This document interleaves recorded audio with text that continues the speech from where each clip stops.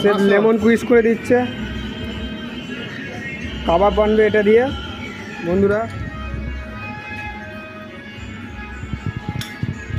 বন্ধুরা পুরো organic tandoori colour, এটা হোমমেড, এতে কোনো কালার ইউজ হয়নি। এই যে দেখে নিন, পুরো অর্গানিক। এটাকে একদম ম্যারিনেট করে তারপরে কাবাব বানানো হবে।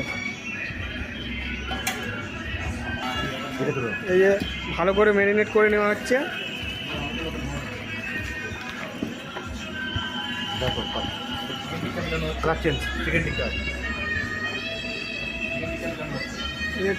টিক্কা কাবাব হবে, টিক্কা, চিকেন টিক্কা।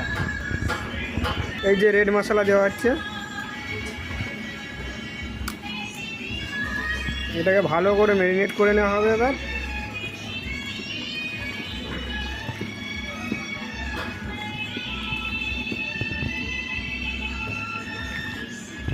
মাস্টার অয়েল ঢালা হচ্ছে। এটা একদম আমাদের অর্গানিক হোমমেড মাস্টার অয়েল, কোনো বাজার বা দোকান থেকে কেনা হয়নি।